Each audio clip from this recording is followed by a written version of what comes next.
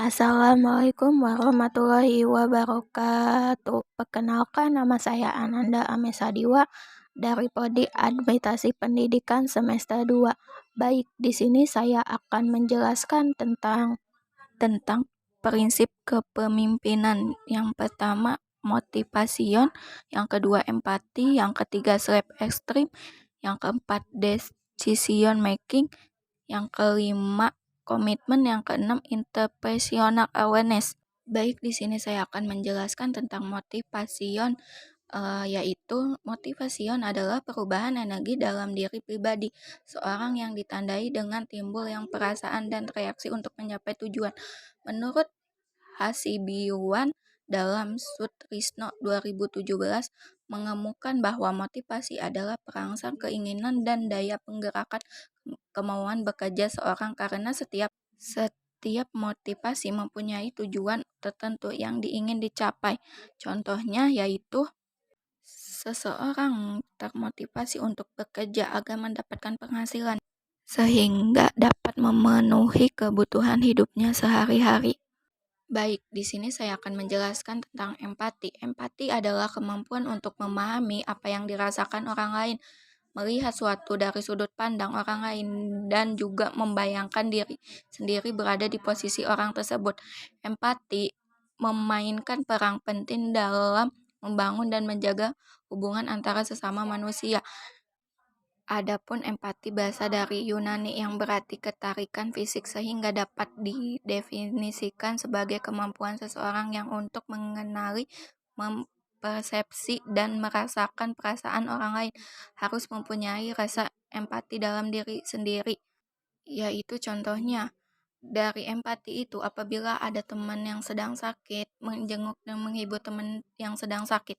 Self-esteem adalah harga diri yang merupakan evaluasi individu terhadap dirinya sendiri secara rendah atau tinggi. Jadi, self-esteem ini kalau diartikan secara harfiah adalah harga diri, tapi dalam ilmu psikologi, self-esteem lebih diartikan sebagai sikap kita terhadap diri kita sendiri. Misalkan, dalam hal menghargai diri sendiri atau bagaimana cara kita supaya lebih percaya diri dalam menghadapi segala hal dalam hidup, termasuk dalam hal pengambilan keputusan. Dengan self-esteem yang baik dan sehat, maka kamu akan mampu meningkatkan kualitas hubungan kamu dengan siapa saja. Self-esteem juga membuat kamu gak takut mengeluarkan pendapat, terutama saat sedang berada di depan publik. Contohnya, jangan pernah meremehkan kekuatan dari berbicara pada diri sendiri atau track yang redes, karena kegiatan ini akan sangat memengaruhi diri kamu tentang bagaimana cara kamu menghargai diri kamu sendiri. Hal ini juga berkaitan langsung dengan kesehatan dari self-esteem itu sendiri. Baik, di sini saya akan menjelaskan juga tentang decision making. Decision making adalah salah satu skill yang harus dimiliki setiap karyawan karena bisa sangat membantu dalam berkarir. Setiap orang pasti pernah membuat keputusan atau decision making selama hidupnya, mulai dari memilih baju untuk dikenakan hingga menentukan makanan siang. Namun saat mulai bekerja, kemampuan decision making menjadi lebih penting karena setiap keputusan yang dibuat akan berpengaruh untuk anggota tim dan perusahaan. Jika kamu sudah ada di posisi lead, maka skill decision makingmu harus sudah benar-benar matang. Adapun contohnya penalaran, dalam membentukkan keputusan tentu saja dibutuhkan kemampuan untuk berpikir yang logis dan melakukan penalaran. Pastikan sebelum memutuskan sesuatu, pelajari dahulu semua informasi yang dibutuhkan. Kemudian coba lakukan penalaran dan cari tahu seperti apa keputusan yang tepat. Tanpa kemampuan benalar yang baik, pasti akan cukup sulit untuk mendapatkan suatu keputusan yang objektif. Dan di sini ada komitmen. Komitmen menurut Wahyu Sumidjo tahun 1994 menjelaskan bahwa komitmen pemimpin merupakan sikap batin janji seorang pemimpin untuk mewujudkan tugas dan perannya sebagai seorang pemimpin untuk mencapai tujuan yang sejalan dengan nilai-nilai organisasi.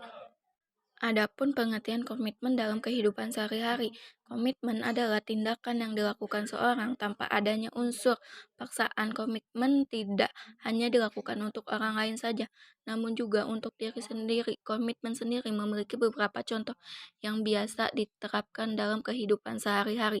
Contohnya, misalkan komitmen untuk berhemat ketika mau beli barang tertentu, memegang komitmen olahraga tiap hari agar sehat, berkomitmen pada pada dietnya agar badan tetap langsing, atau berbagai hal dilandasi oleh keinginan diri sendiri. Itu contoh dari komitmen dalam kehidupan sehari-hari.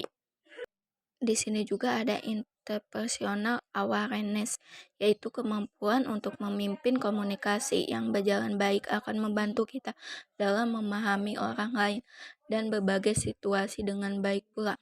Hal ini akan membantu kita untuk mengatasi perbedaan, membangun kepercayaan dan rasa saling menghormati, serta menciptakan situasi yang kondusif untuk berbagai ide-ide kreatif dan menyelesaikan masalah. Pengertian keterampilan menurut para ahli, menurut Marvin Dunete, keterampilan merupakan sebuah pemikiran dari seorang serta keahlian yang dimiliki oleh orang lain, merupakan suatu bentuk proses untuk mendapatkan pengetahuan yang diperoleh melalui proses latihan maupun pengalaman yang bervariasi.